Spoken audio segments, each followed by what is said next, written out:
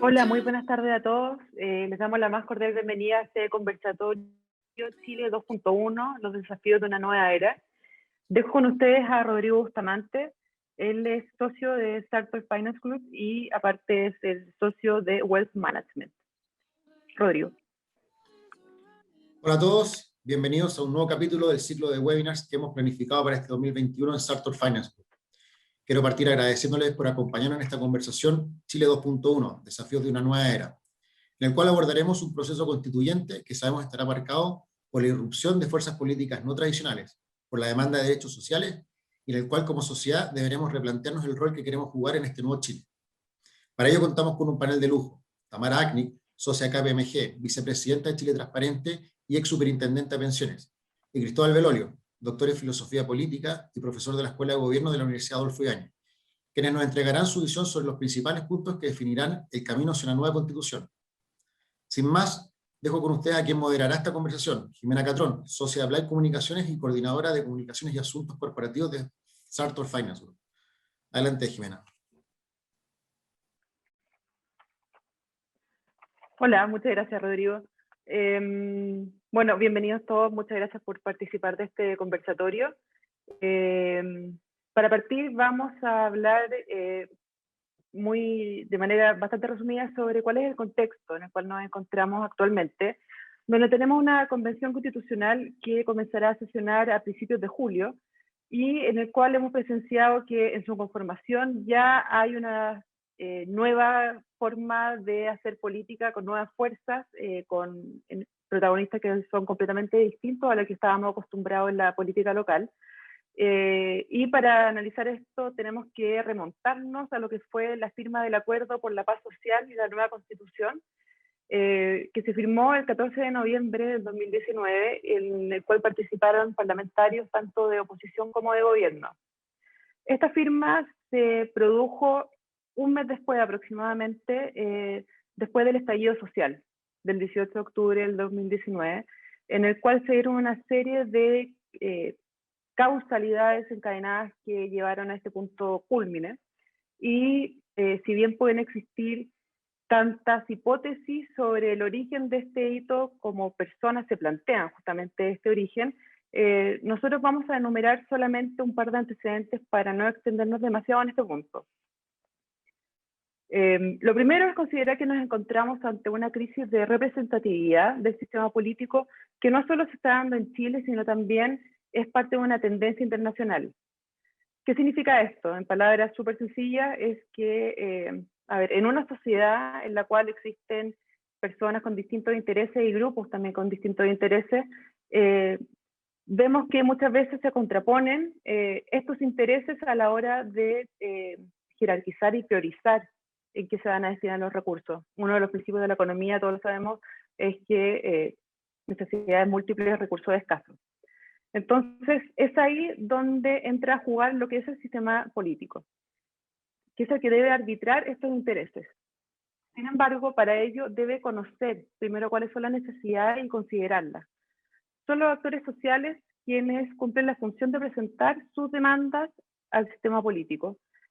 Sin embargo, no podemos aceptar todas las demandas, evidentemente, de uno u otro grupo, ya que en el fondo prevalecer solamente uno lo que hace es perder legitimidad frente a los otros grupos que no son considerados. Y es justamente ahí donde radica una de las críticas a nuestro sistema, que es el hecho de que existe la percepción, a veces justificada, de que nuestros políticos, elegidos en un sistema democrático con voto voluntario, no han sabido reaccionar a tiempo a una serie de demandas que se han visto aún más acentuadas por efecto de la pandemia. Y también hemos visto que se han ellos visto envueltos en pugnas de poder, en gallitos políticos, en esa especie de regateo que ya estamos tan acostumbrados a ver.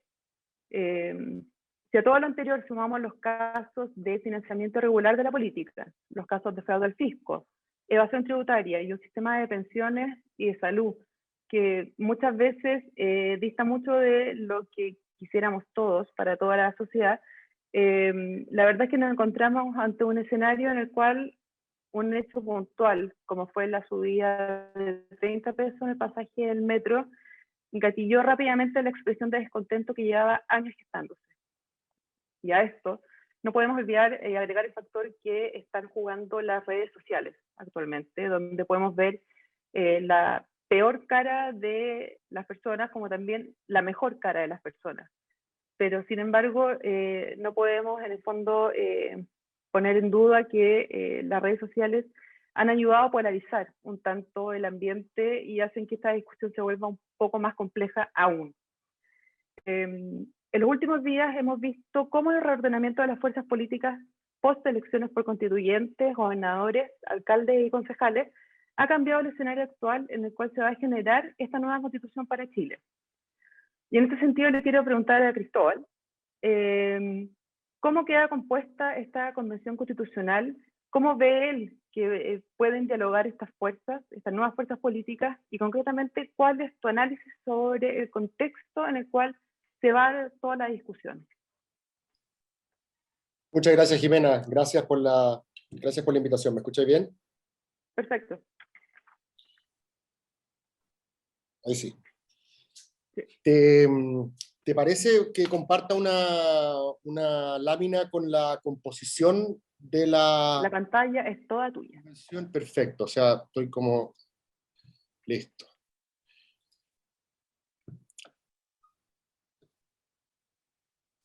¿La ven, cierto? Perfecto, sí.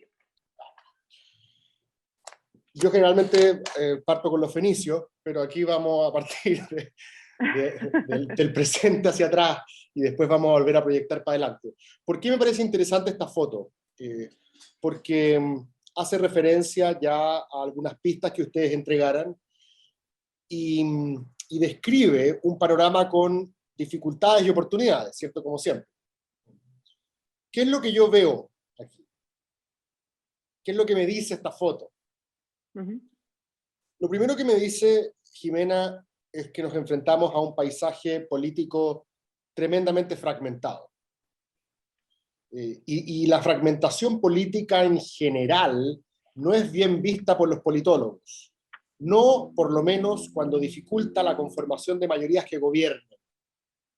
Si esto fuese un sistema parlamentario, habrían ciertas dificultades para conformar un gobierno de mayoría, ¿cierto? Ahora, esto es aún peor cuando es un sistema presidencial como el nuestro, porque significa que su coalición no tiene ninguna posibilidad de haber obtenido una mayoría y por lo tanto tiene que salir a buscar otros grupos políticos y formar después lo que se llama un presidencialismo de coalición, que tiene otras complejidades. Pero bueno, nos enfrentamos a un paisaje político fragmentado, lo que tiene que ver con distintas causas. Unas tienen que ver con el sistema electoral, evidentemente. El sistema proporcional tiene por objetivo representar la diversidad ideológica de las sociedades. De eso se trata, un sistema proporcional. Pero también otros factores, podríamos llamarlos sociológicos, Jimena. Uno tiene que ver con el quiebre generacional, que sobre todo se ha expresado en la izquierda, no tanto en la derecha. En la derecha yo te diría que la nueva generación fue absorbida dentro de la coalición tradicional. En la izquierda, en cambio, por decirlo de alguna manera, la nueva generación no solamente se cambió de casa, sino que se cambió de barrio, ¿cierto? RD se cambió de casa, pero de barrio también, de coalición. Evópoli, en cambio, se cambió de casa, pero se quedaron en el mismo barrio, que es la coalición.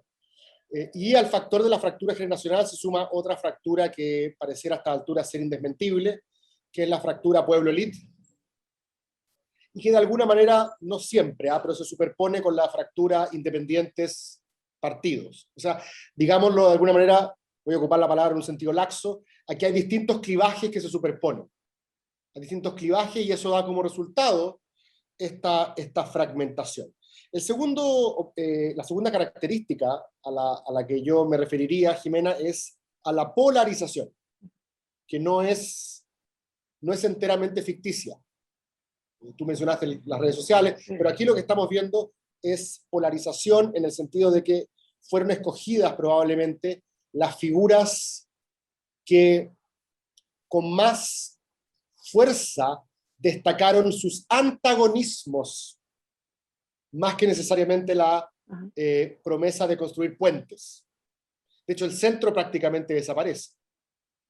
La centroizquierda prácticamente, no sé si desaparece, pero se le configura un escenario muy complejo que ha pasado en otros países, pero la centroizquierda los ha resistido mejor. Estoy pensando en el PSOE español, que de alguna manera llegó un minuto en el cual coexistió con Podemos, ¿cierto? Que era como el Frente Amplio español, pero finalmente fue capaz de ganar la pulseada e imponerse a partir de propias fracciones también de Podemos. Aquí parece que la centroizquierda, lo que podríamos llamar, como decía el Pato Navia, la gran familia concertacionista, es la que finalmente está llegando a su ocaso, lo que no deja de ser irónico, que el fin de la Constitución de Pinochet también significa el fin de la concertación. Y polarizada también por el otro lado. O sea, que figuras como Tere Marinovich o Marcela Cubillo hayan tenido las mayorías que tuvieron, también habla de una derecha que no apostó precisamente a la búsqueda de personas que pudiesen ejercer de puentes, sino a personas que hablaran, como dicen, sin complejo, ¿cierto? Con convicción. Y bueno, y ese fue el resultado. La derecha no alcanzó un tercio. Y esto reviste ciertos niveles de dramatismo, de relativo dramatismo. ¿Por qué? Porque como ustedes saben, la campaña fue orientada en este sentido. El objetivo de la derecha de Chile Vamos, que se llamaba Vamos por Chile, era conseguir un tercio para resistir lo que podrían algunos llamar una asonada de transformaciones radicales por parte de los grupos de izquierda. Bueno, no consiguió el tercio. Por lo tanto, si la derecha ahora busca atrincherarse en sus ideas, que es un concepto que he escuchado por ahí en algunos columnistas del Libero, está cometiendo un suicidio. De hecho, 15 es el número mágico, Jimena. Si la derecha consigue sumar 15 voluntades más, recién ahí es capaz de hacerle frente, por así decirlo, a esta asonada. Ahora, ¿es imposible encontrar estos 15 votos? No. ¿Ah? Sobre todo porque sabemos muy poco todavía, Jimena, sobre todo los independientes. Hay 11 independientes que se eligieron en la lista de los INN, de los independientes no neutrales, que básicamente es centro-izquierda, Baranda, Politzer, etc. Pero hay otros independientes de los cuales tenemos todavía pocas coordenadas ideológicas. Y porque también de la propia lista del pueblo todavía somos bastante ignorantes respecto de dónde podrían haber acuerdos en cuestiones donde la derecha también parece que ya hay agua en la piscina. Obviamente, la gran novedad, la vedette, Jimena, es la lista del pueblo, ¿cierto? Y es la vedette porque obtiene un porcentaje insospechado de escaños. De hecho, obtiene más votos que la lista de la prueba, que reúne no solo a la concertación, reúne incluso a los márgenes de lo que alguna vez votó la concertación. O sea, desde Ciudadanos, que podríamos decir el vástago de Velasco, hasta el PRO, que el vástago de Marco Enríquez Ominami, que eran como los dos hijos bastardos de Bachelet, por así, políticamente hablando.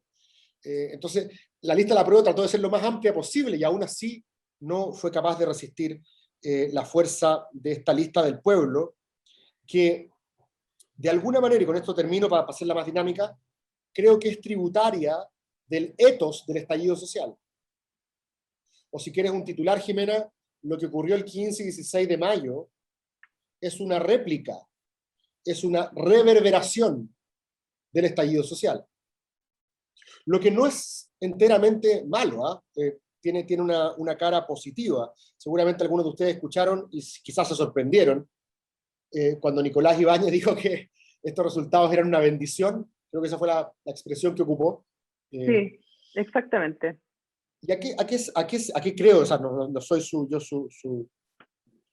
se llama? Su intérprete. No voy a hacer exégesis de su palabra. Pero lo que es interesante es que yo creo que Chile, en el estallido social y en los meses siguientes, comenzó a vivir o a configurar lo que algunos politólogos llaman un momento populista. Y cuando hablo de un momento populista no lo estoy diciendo en un sentido despectivo o peyorativo, lo estoy diciendo en un sentido descriptivo. El populismo como ideología delgada, como se le llama a veces, que básicamente consiste en moralizar el espectro político de forma bastante maniquea entre buenos y malos, ¿cierto? Entre un pueblo virtuoso y una élite corrupta. Una élite que ha secuestrado las instituciones en su exclusivo beneficio, que se ha llevado los beneficios del progreso para la casa, etc. Que estuvo muy presente en el estallido, ¿cierto? La élite estaba en el banquillo, tanto política como económica. Creo que hay un segundo elemento, más allá del antagonismo pueblo-élite, amigo-enemigo, que es característico de los populismos. Creo que el segundo tiene que ver con la crisis de intermediación política. Tú le llamaste crisis de representatividad. Creo que aquí el problema es que todos los órganos que históricamente producen la mediación deliberativa entre el ciudadano y la toma de decisiones, hoy día están completamente desprestigiadas, están en un descalabro reputacional. Estoy pensando en los partidos, estoy pensando en el Congreso. Y de ahí, creo, Jimena, se explican algunos eslóganes que no son propios del estallido, pero que se repitieron bastante, ¿cierto? Ni de izquierda ni de derecha, los de abajo contra los de arriba, o el pueblo unido avanza sin partido. Y la idea de la lista del pueblo, de que ni siquiera van a conversar, algunos, con los partidos de izquierda, pero sí con el pueblo, tiene que ver con un rechazo a lo que ellos perciben como una lógica oligárquica que es consustancial a la formación de los partidos. Y finalmente, un tercer elemento que creo que también está presente en nuestro momento populista es la crítica a la democracia liberal. Hay algunos académicos que hoy definen populismo, de hecho, como una reacción democrática contra una democracia liberal que se ha puesto cada vez más liberal, pero menos democrática. Eso suena como trabalengua, pero la idea es que el populismo, desde ese punto de vista, es una exaltación democrática. Es una exaltación de la voluntad popular contra los mecanismos contramayoritarios que limitan esa voluntad popular. Contra las cortes constitucionales, bancos centrales, comités de expertos, y de ahí obviamente el precio del metro. Entonces creo que estos tres elementos configuran lo que podríamos llamar un momento populista que produce un etos que creo que de alguna manera captura exitosamente la lista del pueblo y es capaz de plasmarlo en su éxito electoral de hace un par de fines de semana.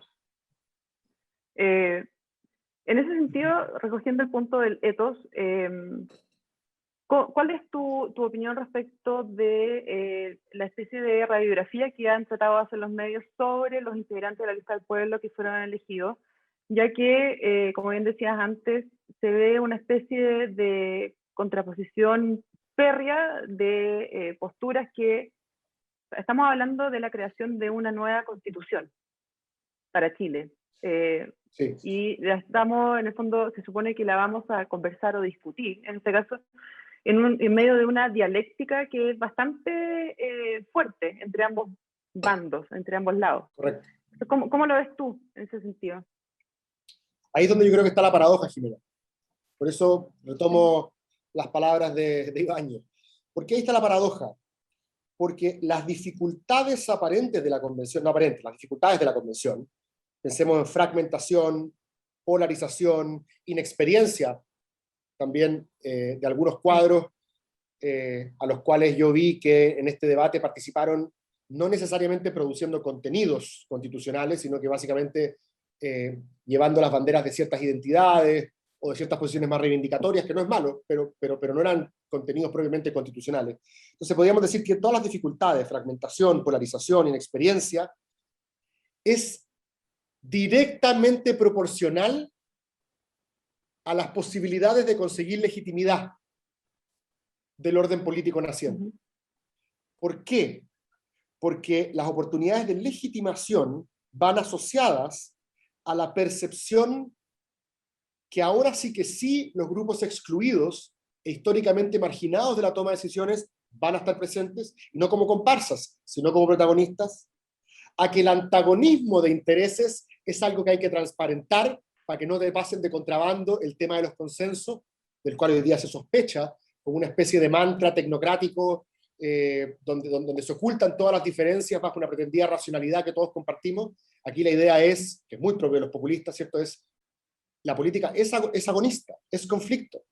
Y por lo tanto, si es hora de que demostremos que estamos en desacuerdo, bueno, que así sea. Y por lo tanto, también la percepción de que esto no sea una cocina. Entonces creo que, de alguna manera, todas las dificultades que hoy día vemos, fragmentación, polarización, inexperiencia, es directamente proporcional a sus posibilidades de legitimación. Obviamente hay otras dificultades de las que podemos discutir después, pero creo que esa es la gran paradoja que enfrentamos. El resultado es positivo si es que estamos pensando de que era fundamental que esta piscina que es la legitimidad, se va llenando de a poco, ¿cierto? Si es que se percibía que esta convención la iban a monopolizar los mismos de siempre, no íbamos a llenar la fracción de legitimidad que necesitábamos en esta piscina. Esta piscina se llena con distintas etapas, ¿cierto? La primera, creo yo, se llenó en el plebiscito de entrada, claramente, o sea, un 80-20, con un récord histórico de participación. La segunda creo que se llenó cuando se acordó la paridad y los pueblos originarios, justamente por la idea de grupos históricamente desplazados de la toma de decisiones. Y la tercera parte, donde se llenaba esta piscina, eran los elencos constituyentes, que no fueran los mismos de siempre. Y creo que se llenó. Y faltan obviamente otras partes, transparencia y participación, y después el plebiscito de salida. Pero creo que si es que el objetivo, si es que la métrica del éxito de este proceso es la legitimidad del orden político, no estoy hablando de los contenidos, todavía no me he referido a eso. Si el objetivo es la legitimidad del orden político, y que vivamos bajo reglas que no estemos disputando el día de mañana apenas terminemos, la paradoja es que las dificultades aquí entregan las oportunidades para esa legitimación.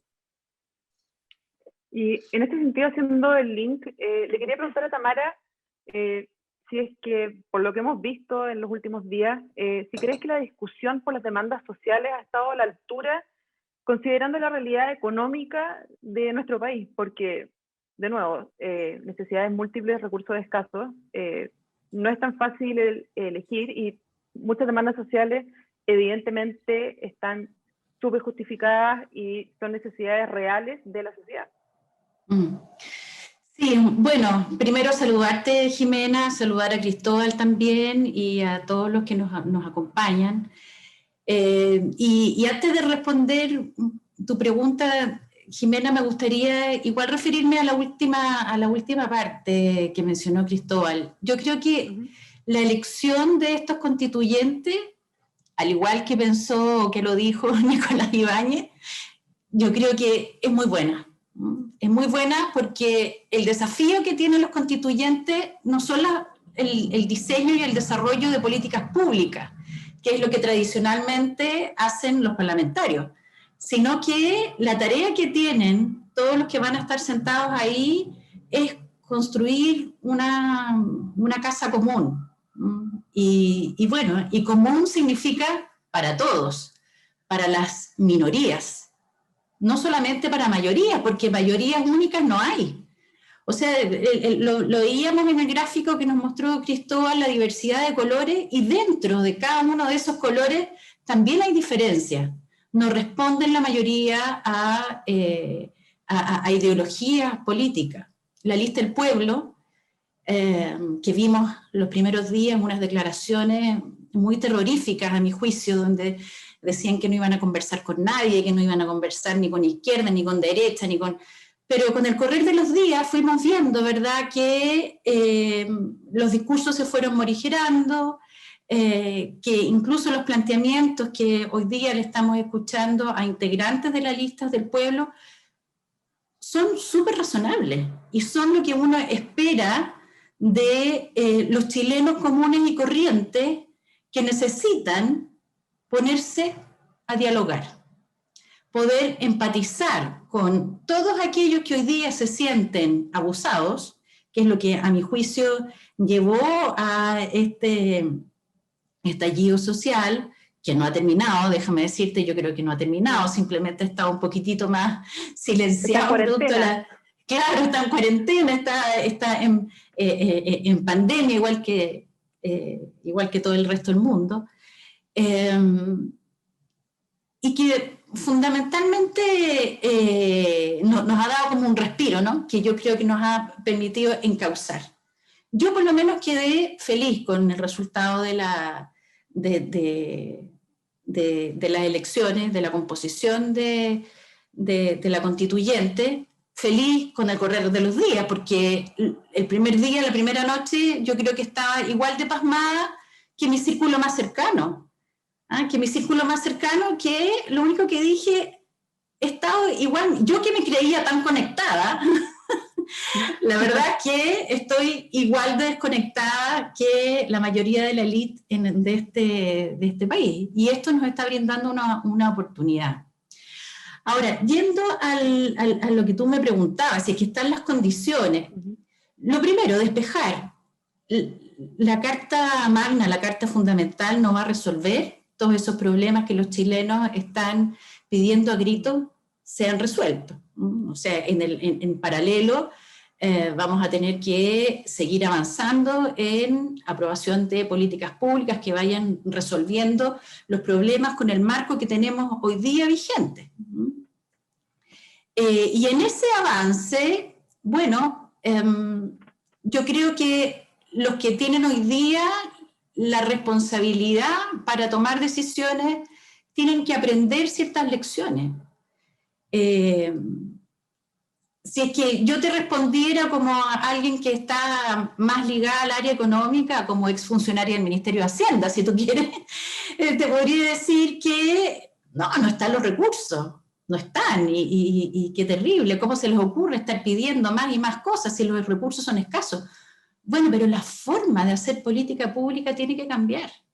Así como la forma de hacer política en términos generales tiene que cambiar, la forma de hacer política pública también tiene que tener en el centro a las personas. Y un poco dar, como que muchas veces... Y ahí, en este sentido hay... Disculpa. No, que muchas veces nos terminamos olvidando de los objetivos y nos enamoramos como de los instrumentos, ¿no? Y terminamos todos detrás de un puro instrumento, no, que el balance fiscal, en fin, hoy día estamos en una crisis de proporciones, donde hay gente que lo está pasando muy mal, empresarios que lo están pasando muy mal, así como hay un grupo pequeño el que a lo mejor antes no le iba muy bien y hoy día le está yendo fantástico. Que eso también lo tenemos que tener en cuenta. Entonces, la manera de tomar decisiones cambió en todo orden de cosas, no solamente en política, también para las empresas. Y ahí, en ese sentido, recogiendo ese punto, ¿no les parece que hay un problema o se va a generar por lo menos un problema de expectativas? Porque cuando vimos las noticias después del estallido, mucha gente pedía una nueva constitución porque decía, yo quiero tener mi casa. Yo quiero, que al final son demandas muy lógicas, o sea, no son demandas de bienes suntuarios ni lujo, o sea, tener una casa, una vivienda, un techo. Sin embargo, hay un tema de expectativas que me parece que la clase política y también los constituyentes, cuando eran candidatos, generaron en el fondo cierta imagen de que todo se podía alcanzar, todo se puede lograr. Entonces, bueno, ¿qué va a pasar ahí? Lo que yo digo, otra cosa es con guitarra.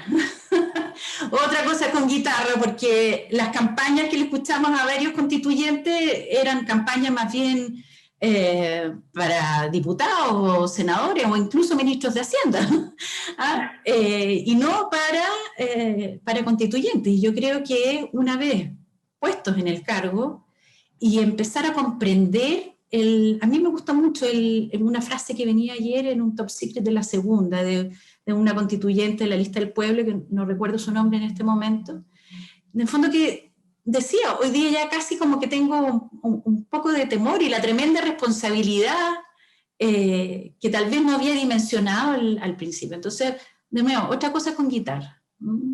Y el natural aprendizaje que van a tener que tener cada una de las personas que están ahí y que no tienen ninguna experiencia. Saquemos de esto a los que dejaron sus cargos en el Parlamento y que lograron ser constituyentes, como Arboe u otros que, Hugo Gutiérrez, en fin, que lograron llegar a un sillón de la constituyente. El resto no tiene experiencia.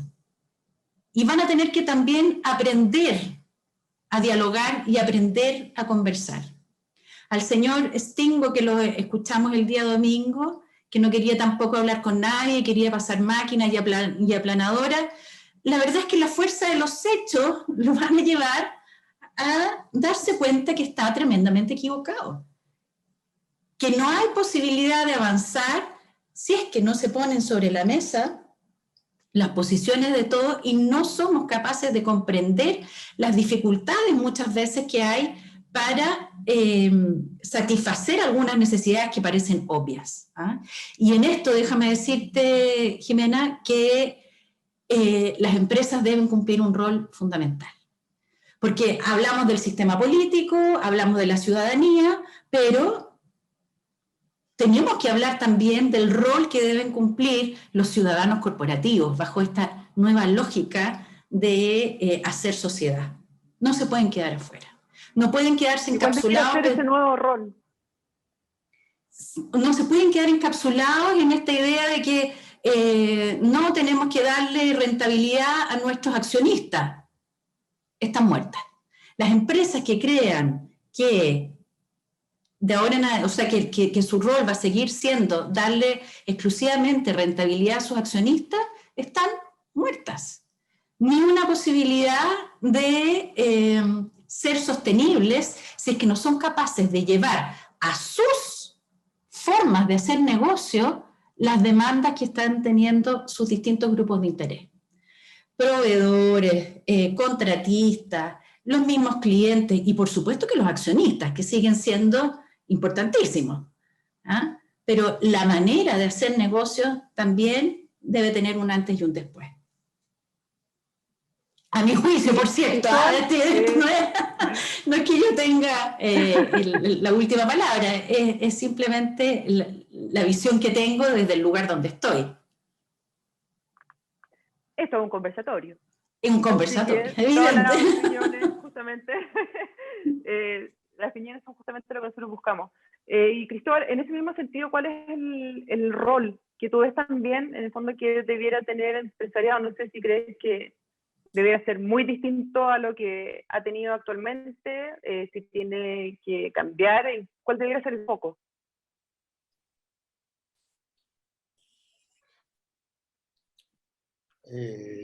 Yo creo, esto puede sonar duro, pero el empresariado apostó y apostó mal. O sea, apostó a que los guardianes del modelo iban a obtener un tercio para poder evitar los cambios y no les fue bien. Y ellos hoy día están sentados en el banquillo de los acusados en términos de legitimidad social. Son puras cuestiones que nosotros sabemos, ¿cierto? El empresariado está viviendo una especie de inversión conceptual nietzscheana. Nietzsche decía que los conceptos que tienen historia no se pueden definir, sino que solamente se puede construir genealogías sobre ellos, ¿cierto? Es interesante cómo el concepto de bueno y malo, dice Nietzsche, cambia radicalmente desde el mundo antiguo al mundo cristiano. Antes el bueno era el noble, el aristócrata, ¿cierto? En el mundo romano. Y el malo era el pobre, el abyecto, el bajo, ¿cierto? Porque se suponía que era ladrón, curado, mentiroso, flojo, etc. Y según Nietzsche, la combinación judeo-cristiana finalmente invierte los valores, y el bueno pasa a ser el débil, ¿cierto? Y el malo pasa a ser los poderosos de siempre. Y de alguna manera lo que hemos vivido en Chile desde los 90 a la fecha es una inversión conceptual similar. En los 90 estábamos orgullosos de nuestros políticos y nuestros empresarios, ¿cierto? O al menos era parte del relato oficial. De hecho, por ahí tengo guardada la primera revista Capital, que debe ser del 96, 97. Y en la portada aparecía Piñera, Delano y Sayé, ponte tú. Pero puede haber sido cualquier otro. Y abajo salían unos balazos. Claro. Entonces, lo que se cantaban eran las virtudes, de como el mismo Delano dijo en el juicio, en el caso Penta, las virtudes de ser máquina de crear empleo. Y al mismo tiempo se hablaba de la austeridad de nuestros políticos, que eran distintos al resto de Latinoamérica, ¿se acuerdan?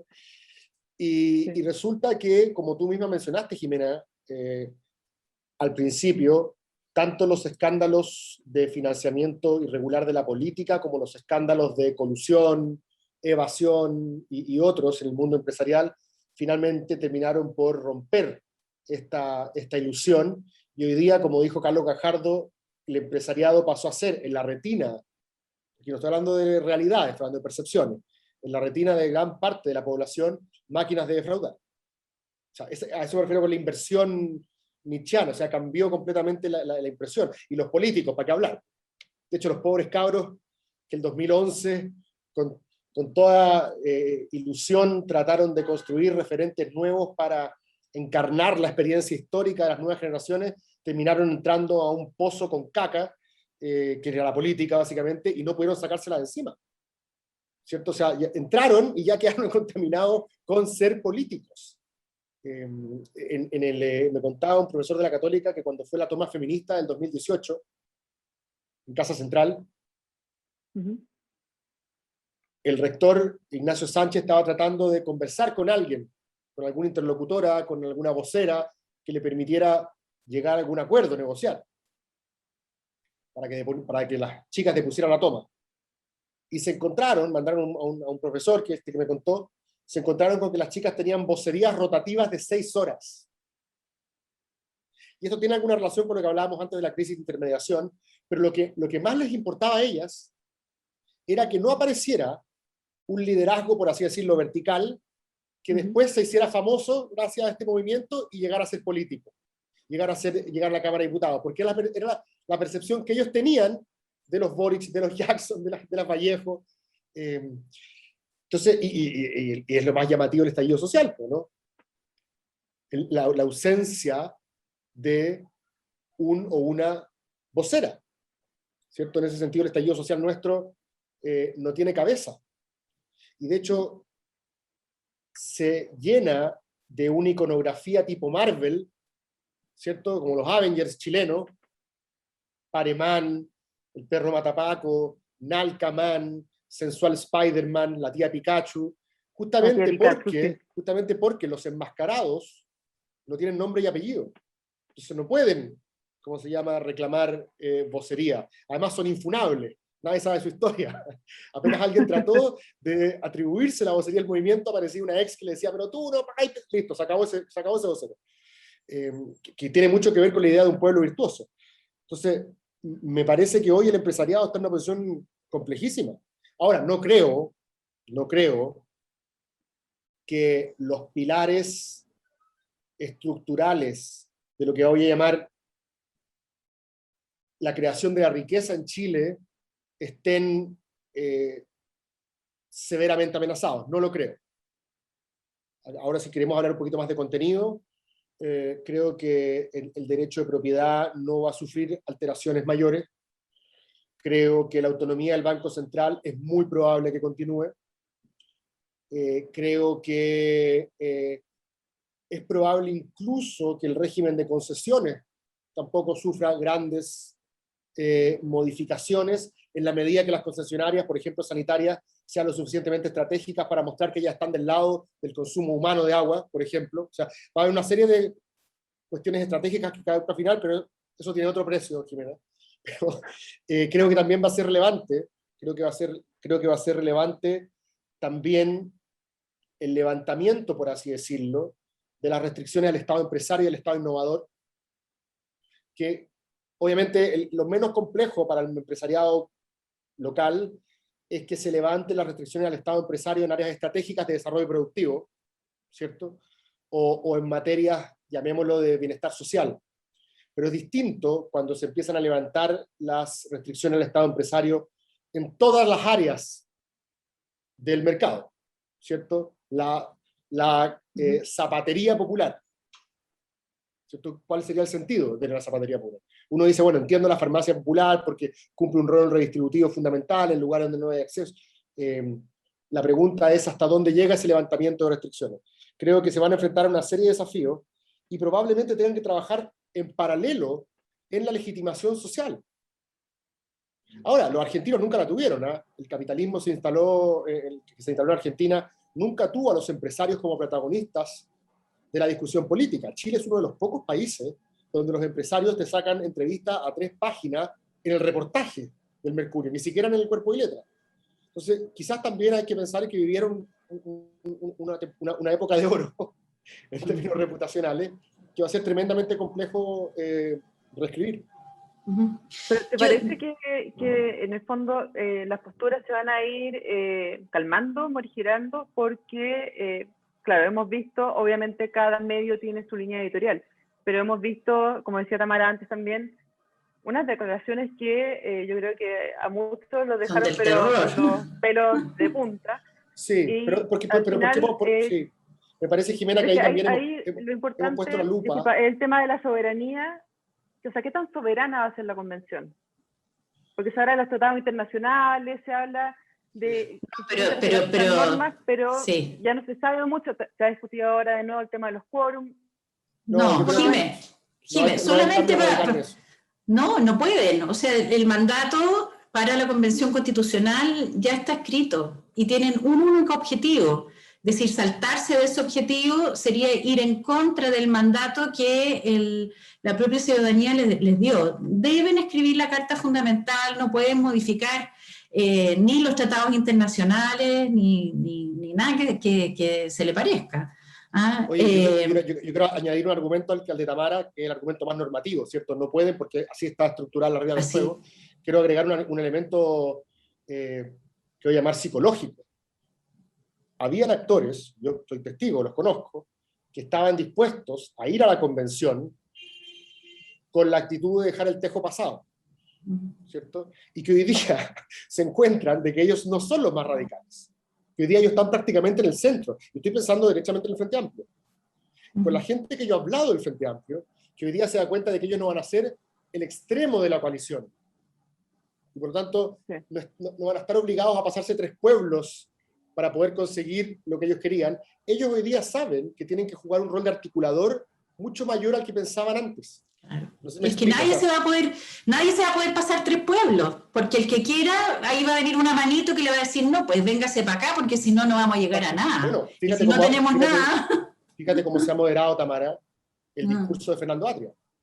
También, o sea, hoy día el discurso de Fernando es muy distinto al que tenía para conseguir los votos. Porque hoy día, además un detalle, porque hoy día saben que la oportunidad es histórica para construir una nueva legitimidad que la derecha no lo va a poder, entre comillas, obstaculizar, y por lo tanto tienen muchas más velas en este entierro.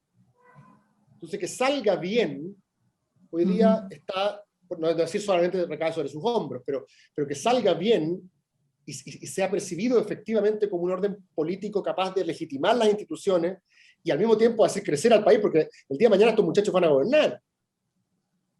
Entonces, obviamente, dejar en la pura cáscara no le sirve a nadie. Entonces, hoy día, por así decirlo, la constatación de que tu responsabilidad como rol articulador dentro de la comprensión es mayor a la que pensabas antes, también te hace ser mucho más responsable y más moderado respecto de esos actores. Así es. Bueno, pero yendo... que voy a recoger ahora de una... Tamara, dale.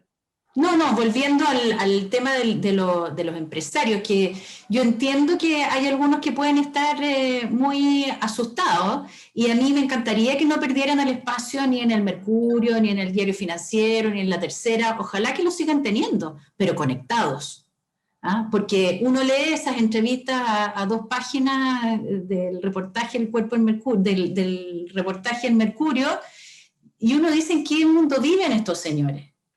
Entonces, ojalá uno pueda ver esas mismas entrevistas, pero de gente que está conectada, que está conectada con lo que pasa alrededor, con el mundo político, con el mundo social, con los jóvenes, con los viejos, con el resto del mundo, en fin. Por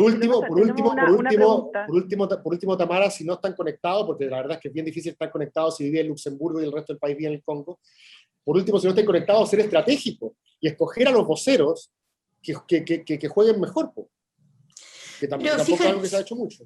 Fíjate que en esto yo como que tengo fe en la raza humana, todavía tengo fe. Entonces creo que en la medida que uno puede ir corriendo velos, porque por más que vivan en Luxemburgo, desde el momento en que logran mostrarte por la ventana que hay un Congo, y ojalá que te lleven a pasear por el Congo, de repente hay ciertos mitos que se caen. Y yo creo que eso es tal vez lo que está faltando. El tema de la integración, que a veces como que se miren menos. Qué relevante es que podamos tratarnos como iguales, ser iguales. Integración a todo tipo, no solamente de nivel socioeconómico o de educación, sino que de todo orden de cosas. Y por eso, de nuevo, me encanta cómo quedó constituido la convención constituyente. Ya, ahora una pregunta al público. Acá nos están preguntando cómo ven el desarrollo de la convención en un contexto de elecciones presidenciales. Es difícil, va a ser una discusión difícil. No sé, esa pregunta es para Cristóbal porque yo no sé de política. Pero yo creo que, claro, le va a poner un pie forzado a los candidatos de quizás qué van a ofrecer, porque, no sé, ampliar el mandato de la constituyente, no sé. No sé, Creo que Cristóbal. vamos a ver no, mi impresión es que vamos a ver un síndrome de incontinencia, de competencias, podríamos llamarlo así, o el viejo síndrome de querer ser cumpleañero de todos los cumpleaños. Es decir, va a ser muy difícil para los distintos actores, hablo de los constituyentes, de los parlamentarios y de los presidenciables, de querer participar en todas las discusiones. Creo que ese es un problema. De hecho, el otro día vi que los constituyentes electos, como 30 constituyentes electos, ya estaban firmando una declaración de una red por el patrimonio para que el gobierno no le ponga urgencia a la ley de patrimonio. Ustedes no tienen nada que ver, nada que ver. El problema es que no te podéis restar, porque si te restáis te funan. Entonces, ay, no estáis con el patrimonio, entonces es súper difícil saber decir, no, sabéis que esta no es mi fiesta.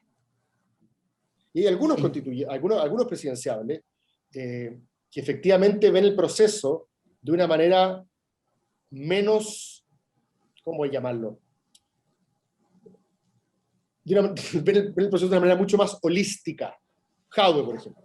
Jadwe cree que este es un proceso que involucra, digamos, todas las aristas en una gran fuerza de transformación, por lo tanto, él está habilitado para poder participar en la conversación, da lo mismo cual sea, la local, la nacional, la constituyente. En ese sentido me parece mejor lo que plantea un Lavín o un Heraldo Muñoz, que entienden que el proceso del próximo presidente de la República es acompañar, facilitar, legitimar el rol de la convención, pero sin estar permanentemente tratando de usurpar la discusión, ¿cierto? En el caso de Claudio, yo ni siquiera pongo la mano al fuego porque no la vaya a usurpar legalmente, pero bueno. Respecto de la presidencial Jimena, yo invitaría a hacer un ejercicio como tironiano, lo que hacía Tironi cuando escribió la radiografía de la derrota, que busca cuáles son los clivajes o los ejes dramáticos de la conversación, ¿cierto? Claramente el eje dramático de la conversación hoy día no es izquierda-derecha, y el eje dramático de la conversación tampoco es el sí y el no, ¿cierto? No es el eje, el clivaje democrático autoritario que tanto tiempo sobrevivió en Chile. Hoy día creo que hay 3 o 4 ejes a los cuales yo le echaría un vistazo. El primer eje, el eje pueblo-elite. Las personas que se posicionen en el lado pueblo, en el eje pueblo-elite, tienen más posibilidades de sintonizar con el electorado. En ese sentido, Jadwe tiene una ventaja, Giles tiene una ventaja, en el lado de la derecha probablemente Desbordes y Sich.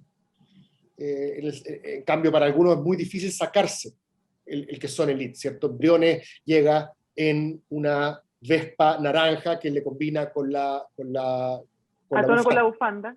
O sea, cosa que a nosotros nos encanta, pero no digamos que eso lo pone en el eje pueblo, lo pone en el eje hipster, que es otra cosa. Para BIM, esto es lo más complicado. Yo lo he conversado con su gente y efectivamente están buscando una manera de deselitizarlo, pero es complejo para alguien que ha estado toda su vida en política y que es el alcalde de Las Condes. Opus Dei, me decía. Entonces va a ser complejo buscarle el lado pueblo. El segundo eje dramático es local-nacional. Y ahí si te posicionas en el lado local, tienes más ventaja sobre quienes se paran en el lado nacional. Ahí tiene ventaja Lavín. Ahí vuelve a tener ventaja Jadwe. Pero ahí no tiene ventaja Desbordes, por ejemplo. O no tiene ventaja, Briones de nuevo, o la Paula Narváez, por decir tal. La ventaja que tiene la Paula Narváez es que al ser mujer hay una especie, por así decirlo, de subcategoría del eje pueblo-elite, que podríamos llamarlo el eje interseccional, que divide a los opresores de a los oprimidos. Y ser mujer está en el campo de los oprimidos toda vez que dicotómicamente el que está al frente es el hombre, ¿cierto? El blanco, el indígena, el heterosexual, el homosexual, la mayoría religiosa, la minoría religiosa. Tú puedes dibujar un eje interseccional con todas esas variables.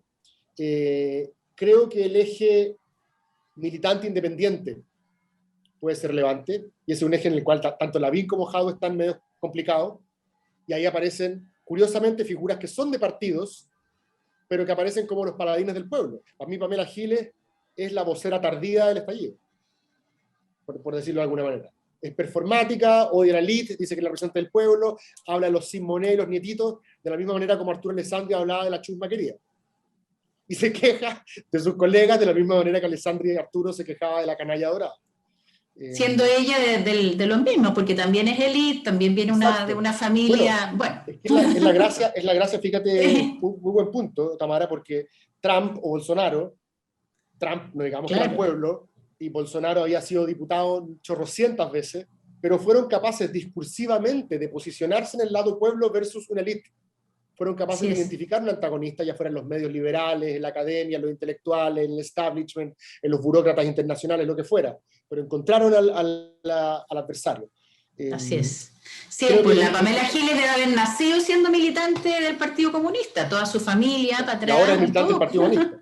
Claro, y ahora es humanista. Yo le echaría un vistazo, Jimena, a esos clivajes y a otros más. Hay gente que dice que haber estado a favor o en contra del 10%. Ya forma un mini clivaje. Hay otra gente que dice que flexible versus dogmático es otro clivaje. Es un clivaje que le favorece al amigo Lavín, ¿cierto? Tiene un movimiento de cintura que le permite decir que es socialdemócrata y que va a ser un gobierno de convivencia nacional. O sea, hay distintos clivajes, yo lo estaría mirando para ver cuánto, no he hecho el ejercicio, pero cuánto peso relativo tienen unos respecto de otros para vislumbrar cómo se ve en la presidencial. Yo creo que el cómo se vaya comportando la conversación en la convención constitucional también le va a marcar la pauta a los candidatos.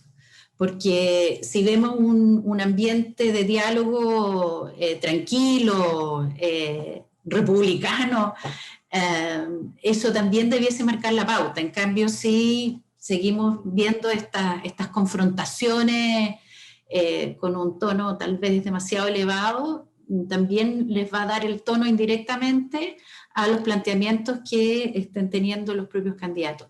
Ahora, yo creo que en la medida que avance el tiempo se va a ir, o sea, yo suelo ser demasiado optimista, lo sé, pero creo que en la medida que vaya pasando el tiempo van a ir valorando cada vez más los espacios de tranquilidad y de acuerdo, que los acuerdos hoy día están tan manoseados y tienen tan poco valor.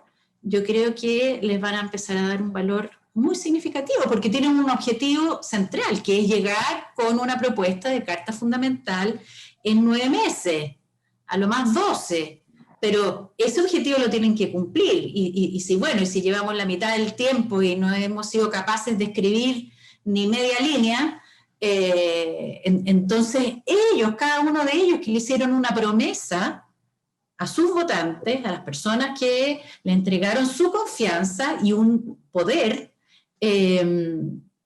van a ser un fracaso. Entonces, a nadie le gusta fracasar, a nadie, ¿no? Entonces, las 155 personas que están ahí tienen clarito que quieren resolverle los problemas o ayudar, no los van a poder resolver, o sea, que se los saquen de la cabeza, no le van a poder resolver los problemas a la ciudadanía, pero sí ser un factor muy relevante para que los chilenos nos reencontremos. Eso es muy cierto. A nadie le conviene que esto fracase. A nadie. Ni a los grupos más radicales. A nadie. Ni a los más radicales, exactamente, ni a los más radicales, porque si no después ellos van a ser los responsables del fracaso. Entonces, acá tenemos otra pregunta que es bastante específica, pero que en el fondo recoge una de las grandes demandas sociales que en el fondo que quedaron bastante expuestas después del estallido, que es el tema de la salud. Acá nos están preguntando qué va a pasar con la salud privada y con la educación privada en el país. O sea, con salud y educación, o sea, eso cambia la vida de generaciones. Sí. Mira, yo creo que la parte más fácil de llegar a consenso tal vez va a ser en la parte dogmática, que es donde van a estar plasmados ahí los derechos. La parte más difícil va a ser la otra, donde vamos a tener que empezar a ver el tema de la distribución del poder, de las instituciones, en fin. Y yo, como lo deslizó Cristóbal en algún minuto, y yo lo comparto, en esto no creo que el sector privado tenga un retroceso significativo, pero lo que sí van a tener que tener un cambio fundamental es en la manera como se entregan, cómo se proveen los bienes a la ciudadanía.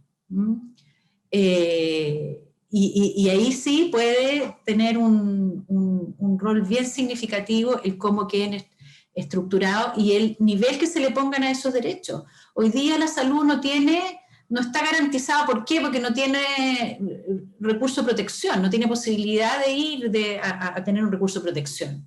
A pesar de que dice que está ahí en la parte dogmática, está allá. ¿Ah? Yo creo que no se va a terminar, creo que no se va a terminar la posibilidad que tienen los privados de entregar bienes públicos, pero las reglas, las condiciones van a ser otras. Sí, yo quiero decir que la conversación sobre derechos sociales tiene varias capas, varios niveles analíticos. El primero, efectivamente, es si es que acaso puede haber provisión pública o privada. Yo veo poco probable, muy poco probable, que se acabe la provisión privada, tanto en salud como en educación. Como dicen los gringos, highly unlikely.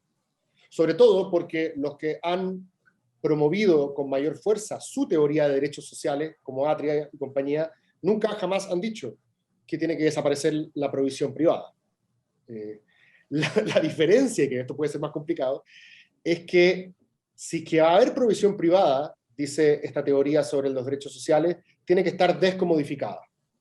Es decir, no debe estar sometida al régimen del mercado, sino al régimen de lo público, que tiene que ver con lo que Tamara dice respecto de las condiciones. Esto significa que tú no puedes utilizar tu billetera para hacer una diferencia en el acceso. Y eso tiene una serie de consecuencias, porque en general, en un país como Chile, que está estratificado en el acceso a bienes y servicios según capacidad de pago, ¿cierto? Hay educación, salud para ricos y salud y educación para pobres. Al no permitir que el dinero haga una diferencia, esto es como cuando en la película El Resplandor, Jack Nicholson va al bar y el barman le dice, después de pedir un whisky, Jack Nicholson va a pagar, quiere pagar, y el barman le dice, your money is not good here. O sea, señor, aunque usted quiera pagar, no se le va a aceptar la plata. Es un poco, tiene ciertas similitudes ideológicas con la discusión que se dio cuando se eliminó el copago, o financiamiento compartido en Bachelet 2, los particulares subvencionados.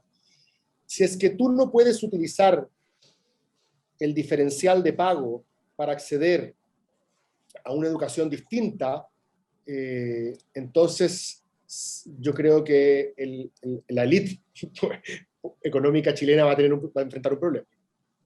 Porque se van a acabar prácticamente todas las, lo voy a decir en términos duros para que se entienda, se van a acabar todos los guetos de reproducción cultural.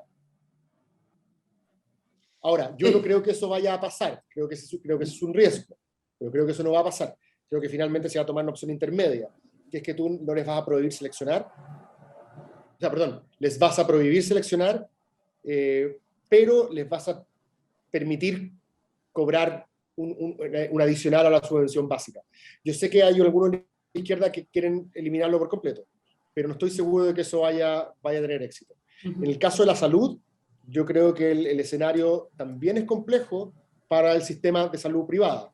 Me refiero a la ISAPRE, salvo, a ver, lo más probable, y yo creo que hay agua en la piscina desde Bópoli hasta la izquierda, o sea, con eso ya tení no 2/3, tení 8/10, de avanzar hacia un sistema, hacia un seguro único y universal de salud. Lo que significa que las ISAPRES van a quedar como aseguradoras de segundo piso, que se llama, aseguradoras complementarias. Y probablemente algunas clínicas privadas no se les va a permitir que cobren más allá de un arancel de referencia, que es el que se financia con este seguro único, que básicamente sigues pagando tú, no sé, 10%, pero se va a un fondo común. Se aplica un principio, podríamos llamarlo medio marxista, en el buen sentido, de cada quien según su capacidad, a cada quien según su necesidad. Si ese es el principio que informa el nuevo sistema de salud, entonces evidentemente las ISAPRES van a cambiar radicalmente su función y muchas clínicas privadas van a tener que ver si es que siguen con este sistema o no. Tanto como las universidades han tenido que ajustarse a una arancel de referencia con la gratuidad, o los colegios particulares subvencionados con copago han tenido que decidir si siguen como privados o no. Acá tengo una pregunta que, bueno, en verdad son muchas preguntas. Una pregunta de Claudio Muñoz que me parece que ya respondimos hace poco. ¿Qué esperan sobre la autonomía del Banco Central, que también es uno de los grandes temas o ejes de discusión? A ver, una cosa es lo que yo creo y otra cosa es lo que yo espero. No, en realidad creo y espero lo mismo, que siga siendo autónomo. Yo creo que de las instituciones que han sabido ponerse a tono, sin necesidad de que alguien las obligue, ha sido el Banco Central. ¿A qué me refiero? Por ejemplo, elevando los estándares de transparencia del propio Banco Central, que no existió una ley específica que lo obligue, por ejemplo, como al resto de la administración pública. Ellos sí se han ajustado más o menos a las mismas reglas que rigen para el resto de la administración en términos de transparencia y qué sé yo. Y yo creo que eso es algo que debieran ir aprendiendo todos, incluido el sector privado, a tener mayores estándares de transparencia de su funcionamiento. Creo que la existencia del Banco Central autónomo, independiente, sí ha sido un distintivo y yo espero y creo que debiese ser siendo igual. La forma de elegir a los consejeros tal vez es digna de mirar para otras instituciones que tienen la misma relevancia que el Banco Central. No sé, el Tribunal Constitucional, por ejemplo, podría aprender algo en términos de mecanismos de nombramiento, ¿ah? No de la institucionalidad en sí, sino que de cómo se accede a esos cargos. Yo creo que el Banco Central va a mantener su autonomía porque la impresión que me da a mí de lo que he mapeado la posición de los constituyentes es que incluso aquellos que llaman a democratizarlo, que es un eufemismo, ¿cierto?, para que el gobierno de turno tenga control sobre la política monetaria, muchas veces aspiran, como decía Tamara, a que su integración sea un poco más plural, ¿cierto?, de que no esté dominada por una sola ortodoxia económica, ¿cierto? Pero veo poco espacio para que esa discusión pase. Creo que va a ser la moneda de cambio, ¿eh? Finalmente, que se va a dar entre el mundo más de derecha y el mundo más de izquierda. La izquierda le va a decir a la derecha, ya, ok, quédate con Banco Central Autónomo, pero pásame el agua, etcétera, etcétera. Creo que el Tribunal Constitucional no tiene ninguna posibilidad de mantenerse en su estado actual. Ninguna posibilidad de mantenerse en su estado actual, y es dudoso, no digo que no, digo que está por verse todavía si es que se mantiene algún tipo de control de constitucionalidad, que puede ser desde una sala de la Corte Suprema que ejerza como un judicial review a la anglosajona, o puede ser lo que a algunos les gusta, que le llaman un control de constitucionalidad débil, que es un órgano que dice o le avisa al Congreso cuando la ley que va a pasar tiene vicios de inconstitucionalidad, pero el Congreso puede insistir una cierta mayoría, entonces por lo tanto deja de ser una tercera cámara que de alguna manera tuerce la voluntad del pueblo. O sea, hay varias alternativas institucionales para encarnar el control de constitucionalidad como principio. Yo creo que ese está en discusión. Hay algunos que les gustaría piteárselo definitivamente, pero la posibilidad de que el que está actual se mantenga no hay ninguna. Sí, pero ahí el desafío es en el nombramiento de quienes van a tener ese rol, de que no se produzcan situaciones que lleven a la desconfianza finalmente del actuar de esas instituciones. ¿Ah? Yo creo que ese Lo que pasa es que el control de constitucionalidad, Tamara, el gran problema que tiene para algunos que están yendo hoy día a la convención, como principio, más allá del órgano mismo y su forma de composición y sus atribuciones específicas actuales, el control de constitucionalidad, según algunos, es, al ser contramayoritario, ¿cierto?, es inevitablemente antitético a la expresión de la voluntad popular, ¿cierto? Entonces va a haber algunos que van a decir, no quiero ninguno. Y van a haber otros más intermedios que van a decir, sí, ok, tengamos un control de constitucionalidad, pero resolvamos estas cosas que estás diciendo tú, ¿cierto? Claro. Que el nombramiento no sea percibido como un cuoteo político, porque el Tribunal Constitucional se lo echaron, o sea, nosotros mismos, Básicamente, nosotros, la izquierda y la derecha se lo echaron. son una astilla del propio palo. Nadie puede llorar aquí sobre la leche derramada. O sea, Sí. se lo echó entre Piñera y los anteriores se lo echaron entre todos. A nadie le importó estirar el chicle hasta que fuera absolutamente ilegítimo ante los ojos de la población. La gran pregunta hoy día, ¿puede sobrevivir un control de constitucionalidad encarnado en otra institucionalidad, con otro nombramiento, con otro tipo de atribuciones, por ejemplo, sin control preventivo? ¿Puede estar encarnado en otra institución? Por eso ponía el ejemplo de una sala específica de la Corte Suprema. Que se dedique, hay otros que dicen que no, porque se politiza la Corte Suprema, pero ahí vamos a tener una buena discusión. Claro, Oye, pero yo creo que vamos a tener que ir, perdón, sí, la está bien. conversación está demasiado entretenida, pero tengo que hacer la última pregunta de cierre. Lo lamento, yo seguiría conversando, pero feliz de la vida, vamos a tener que organizar un nuevo conversatorio para seguir. ¿Qué creen ustedes que va a pasar, o cuál es el rol diferenciador que va a jugar el tema del voto obligatorio para el plebiscito de salida? Porque ese es un factor que, o sea, va a cambiar totalmente el escenario. Vamos a pasar de, no sé, de un 42 o 45% del padrón electoral votando a prácticamente el 100%, de que se puede. Mira, si era difícil hacer predicciones con voto voluntario y prácticamente todos se equivocaron en las proyecciones, yo creo que ahora vamos a estar peor. Muy difícil poder pronosticar qué es lo que va a suceder. Yo creo que lo que nos tenemos que concentrar es que ojalá los constituyentes le propongan a la ciudadanía un buen texto.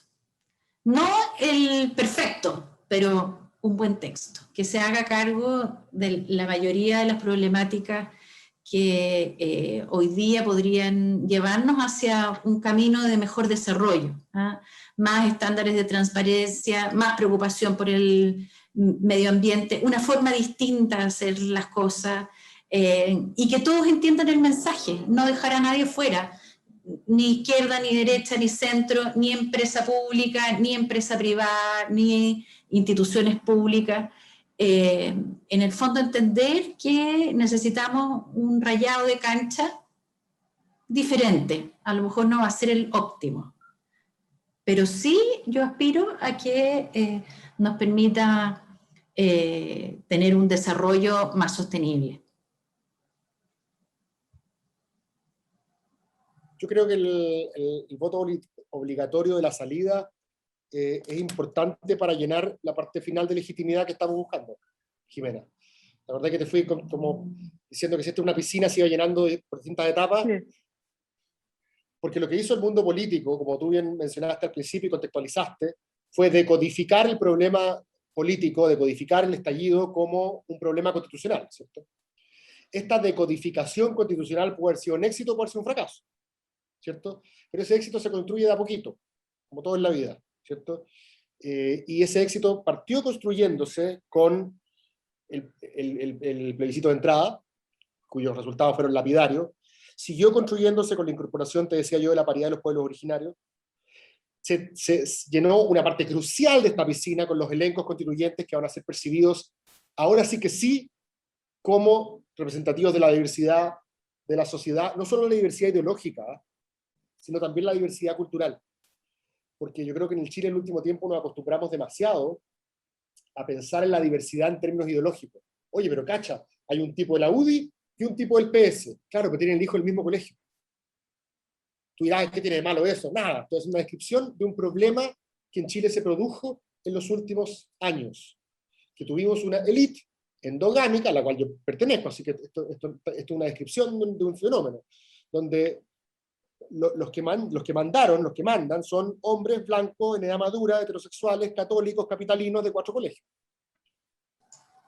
Lo que podríamos llamar representatividad por evocación más que por presencia. La representación por presencia, lo que tiene la gracia, es que alguien que tuvo una trayectoria vital similar a la tuya está ahí. Y eso se está satisfaciendo en esta convención. Y creo que finalmente, si tiene transparencia, es decir, no se percibe como un espacio de opacidad cerrado, una cocina, y permite la participación de la ciudadanía a través de mecanismos institucionales, no la pura buena onda, mecanismos institucionales de participación, y la gente percibe que efectivamente esto se corrió un poquito, no voy a decir hacia un estado de bienestar, porque esas cosas son características, o sea, son etiquetas, ¿cierto?, que se ponen.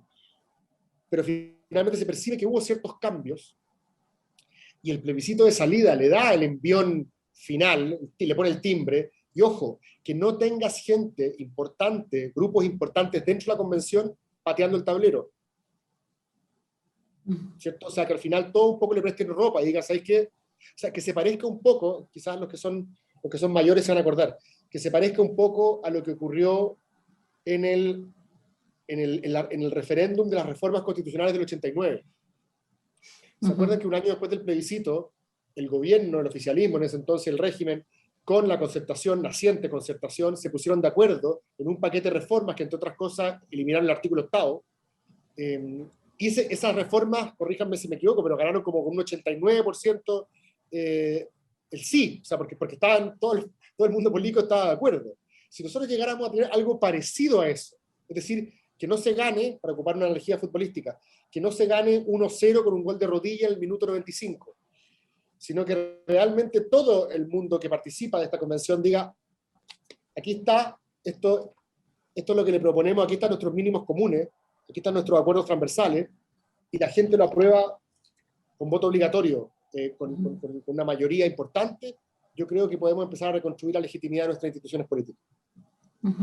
Sí, yo de nuevo, Jimé, estoy súper esperanzada en este proceso, y como espero que todos lo estén, incluyendo el empresariado, incluyendo aquellos que tienen que ponerle harto motor para que nuestro país avance en desarrollo, porque solamente con ese avance en el desarrollo vamos a poder también darle una solución a los más vulnerables de nuestro país. No puede ser solamente el Estado. El Estado es importante, pero tan importante como es el Estado son los trabajadores, la clase trabajadora, las empresas y todos los que componemos la sociedad al final. Le quiero agradecer a los dos, Tamara, Cristóbal, muchas gracias por haber participado en este conversatorio, que de verdad lamento la cantidad de temas que no alcanzamos a tocar y que son muy interesantes y muy entretenidos. Y bueno, le agradezco a ustedes, le agradezco también a todos quienes participaron de este conversatorio. Nos vamos a ver de todas maneras, yo creo que una próxima vez cuando organicemos nuevamente una conversación con invitados de lujo como ustedes, para ver cómo va avanzando el proceso constituyente. Muchas gracias a todos y yo me despido. Muchas gracias. Muchas gracias, un gusto. Chao Tamara, chao Jimena, que estén bien. Chao Cristóbal, chao Jimena, y un saludo a todos quienes nos acompañaron.